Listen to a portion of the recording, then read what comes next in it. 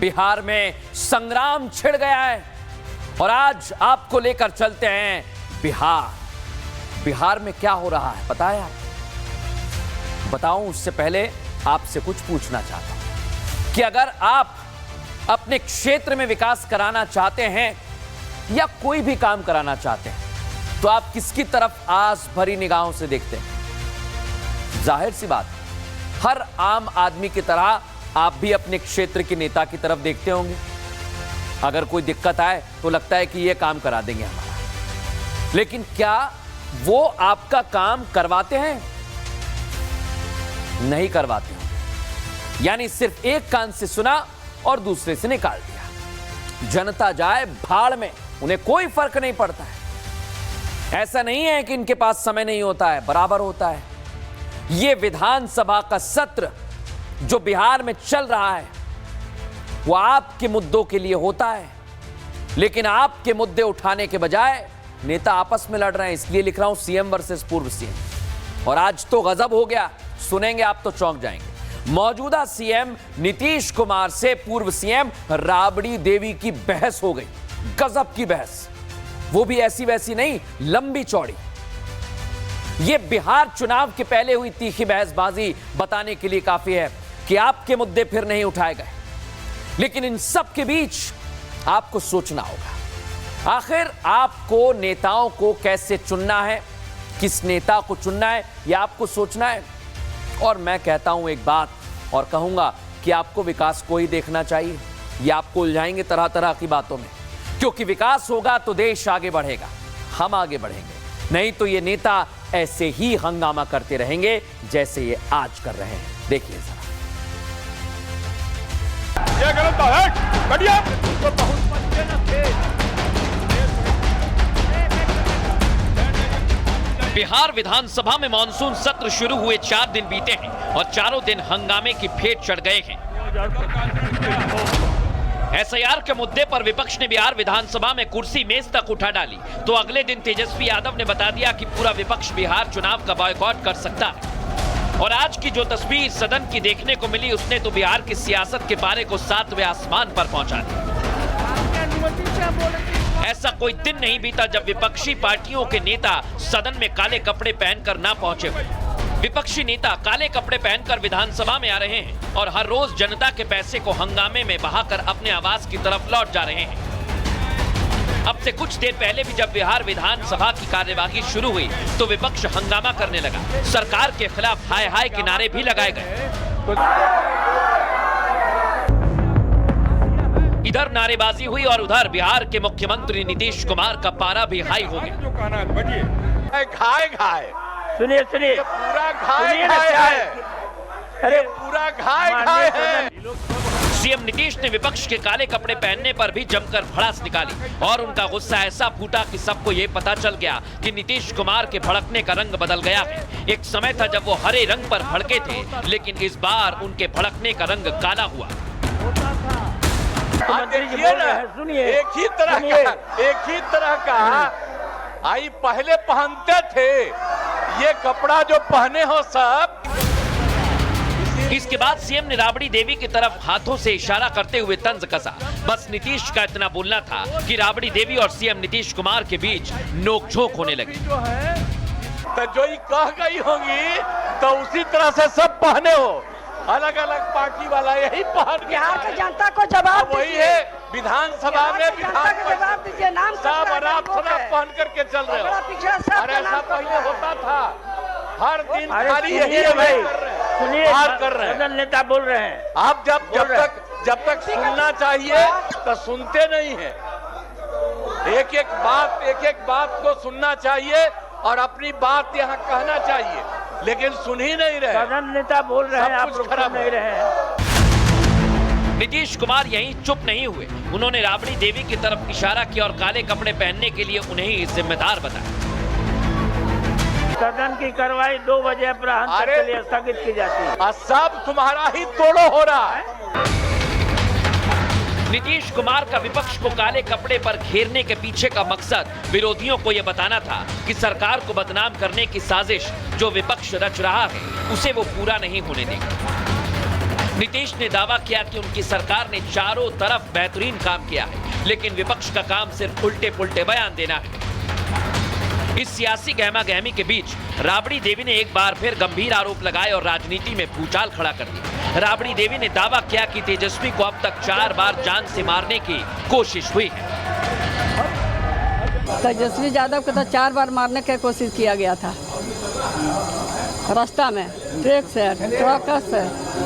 क्या करिएगा, फिर यहाँ भी मारने की कोशिश हो रहा है। राबड़ी ने आगे ये तक आरोप लगाया कि उन्हें पता है कि इस साजिश के पीछे कौन लोग हैं। हम लोग जानते हैं कौन कौन आदमी लगा हुआ है, और साजिश कौन करेगा? बीजेपी जदयू का छोड़ के कौन करेगा साजिश? यहाँ बिहार में कौन है साजिश करने वाला? दबाव देता है, जनता के जबान बंद करेगा। एसआईआर की प्रक्रिया का विरोध जो विपक्ष शुरू से कर रहा है, उसका महत्व समझाने के बजाय उसे पॉलिटिकल एजेंडा बनाया जा रहा है। विपक्ष चुनाव से पहले इस पर सियासत की चाशनी चाटने की कोशिश कर रहा है, लेकिन शायद ही चाशनी उसे मिठास देने के बजाय नतीजों में कड़वाहट दे रही है, क्योंकि वोटर लिस्ट वेरिफिकेशन चुनावी प्रक्रिया में पारदर्शिता लाने के लिए है। देश की सुरक्षा से खिलवाड़ करने वाले घुसपैठियों को उखाड़ फेंकने के लिए है। विपक्ष को इस प्रक्रिया की महत्ता को समझना होगा, क्योंकि किसी भी राजनीतिक हित से बढ़कर राष्ट्र है और राष्ट्र सर्वोपरि बनाने के लिए चुनाव आयोग ये कदम उठा रहा है। बिहार में संग्राम छिड़ गया है और आज आपको लेकर चलते हैं बिहार में क्या हो रहा है पता है आप?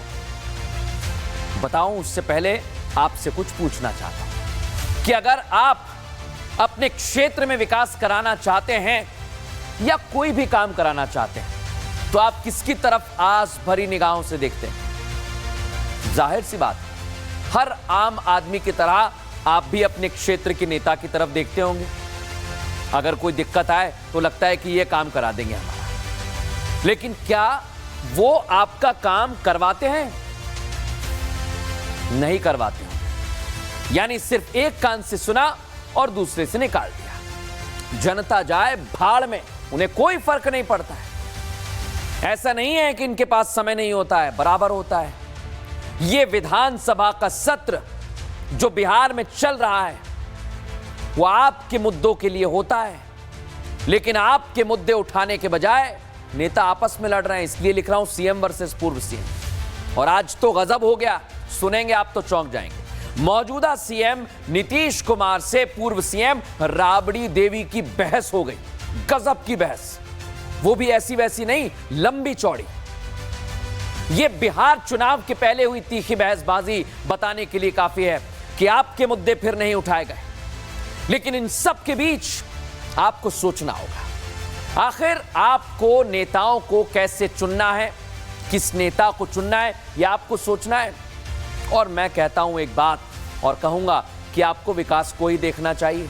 ये आपको उलझाएंगे तरह तरह की बातों में, क्योंकि विकास होगा तो देश आगे बढ़ेगा, हम आगे बढ़ेंगे। नहीं तो ये नेता ऐसे ही हंगामा करते रहेंगे जैसे ये आज कर रहे हैं। देखिए जरा, ये गलत है, बढ़िया तो बहुत बच्चे न थे। बिहार विधानसभा में मानसून सत्र शुरू हुए 4 दिन बीते हैं और चारों दिन हंगामे की फेट चढ़ गए हैं। एसआईआर के मुद्दे पर विपक्ष ने बिहार विधानसभा में कुर्सी मेज तक उठा डाली, तो अगले दिन तेजस्वी यादव ने बता दिया कि पूरा विपक्ष बिहार चुनाव का बॉयकॉट कर सकता है। और आज की जो तस्वीर सदन की देखने को मिली, उसने तो बिहार की सियासत के पारे को 7वें आसमान पर पहुंचा दिया। ऐसा कोई दिन नहीं बीता जब विपक्षी पार्टियों के नेता सदन में काले कपड़े पहनकर ना पहुंचे हुए। विपक्षी नेता काले कपड़े पहनकर विधानसभा में आ रहे हैं और हर रोज जनता के पैसे को हंगामे में बहाकर अपने आवास की तरफ लौट जा रहे हैं। अब से कुछ देर पहले भी जब बिहार विधानसभा की कार्यवाही शुरू हुई तो विपक्ष हंगामा करने लगा। सरकार के खिलाफ हाय हाय के नारे भी लगाए गए। इधर नारेबाजी हुई और उधर बिहार के मुख्यमंत्री नीतीश कुमार का पारा भी हाई हो गया। घाय घाय, सुनिए सुनिए, पूरा घाय घाय है। अरे पूरा घाय घाय है। सीएम नीतीश ने विपक्ष के काले कपड़े पहनने पर भी जमकर भड़ास निकाली और उनका गुस्सा ऐसा फूटा कि सबको ये पता चल गया कि नीतीश कुमार के भड़कने का रंग बदल गया है। एक समय था जब वो हरे रंग पर भड़के थे, लेकिन इस बार उनके भड़कने का रंग काला हुआ। आप देखिए ना, एक ही तरह का आई पहले पहनते थे, ये कपड़ा जो पहने हो सब। इसके बाद सीएम ने राबड़ी देवी की तरफ हाथों से इशारा करते हुए तंज कसा। बस नीतीश का इतना बोलना था कि राबड़ी देवी और सीएम नीतीश कुमार के बीच नोकझोंक होने लगी। तो जो ही कह गई होंगी तो उसी तरह से सब पहने हो, अलग अलग पार्टी वाला यही पहन। बिहार की जनता को जवाब वही है, विधानसभा में जवाब दीजिए। नाम सब अनाप शनाप पहन करके चल रहे हो। और ऐसा पहले होता था, हर दिन खाली यही है भाई, सुनिए, बात कर रहे हैं, सदन नेता बोल रहे हैं। आप जब तक सुनना चाहिए तो सुनते नहीं है। एक एक बात को सुनना चाहिए और अपनी बात यहाँ कहना चाहिए, लेकिन सुन ही नहीं रहे। सदन नेता बोल रहे हैं, आप लोग सुन नहीं रहे हैं। नीतीश कुमार यहीं चुप नहीं हुए, उन्होंने राबड़ी देवी की तरफ इशारा किया और काले कपड़े पहनने के लिए उन्हें ही जिम्मेदार बताया। सदन की कार्रवाई 2 बजे अपराह्न तक के लिए स्थगित की जाती है। सब तुम्हारा ही तोड़ो हो रहा है। नीतीश कुमार का विपक्ष को काले कपड़े पर घेरने के पीछे का मकसद विरोधियों को यह बताना था कि सरकार को बदनाम करने की साजिश जो विपक्ष रच रहा है उसे वो पूरा नहीं होने देगा। नीतीश ने दावा किया कि उनकी सरकार ने चारों तरफ बेहतरीन काम किया है, लेकिन विपक्ष का काम सिर्फ उल्टे पुल्टे बयान देना है। इस सियासी गहमा गहमी के बीच राबड़ी देवी ने एक बार फिर गंभीर आरोप लगाए और राजनीति में भूचाल खड़ा कर दिया। राबड़ी देवी ने दावा किया कि तेजस्वी को अब तक 4 बार जान से मारने की कोशिश हुई है। तेजस्वी यादव को तो 4 बार मारने की कोशिश किया गया था, रास्ता में ट्रक से, ट्रक से। क्या करिएगा, फिर यहाँ भी मारने की कोशिश हो रहा है।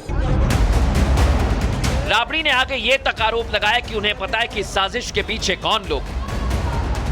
हम लोग जानते हैं कौन कौन आदमी लगा हुआ है और साजिश कौन करेगा। बीजेपी जदयू को छोड़ के कौन करेगा साजिश? यहाँ बिहार में कौन है साजिश करने वाला? दबाव देता है, जनता के जबान बंद करेगा। एसआईआर की प्रक्रिया का विरोध जो विपक्ष शुरू से कर रहा है, उसका महत्व समझाने के बजाय उसे पॉलिटिकल एजेंडा बनाया जा रहा है। विपक्ष चुनाव से पहले इस पर सियासत की चाशनी चाटने की कोशिश कर रहा है, लेकिन शायद ही चाशनी उसे मिठास देने के बजाय नतीजों में कड़वाहट दे रही है, क्योंकि वोटर लिस्ट वेरिफिकेशन चुनावी प्रक्रिया में पारदर्शिता लाने के लिए है, देश की सुरक्षा से खिलवाड़ करने वाले घुसपैठियों को उखाड़ फेंकने के लिए है। विपक्ष को इस प्रक्रिया की महत्ता को समझना होगा, क्योंकि किसी भी राजनीतिक हित से बढ़कर राष्ट्र है और राष्ट्र सर्वोपरि बनाने के लिए चुनाव आयोग ये कदम उठा रहा है।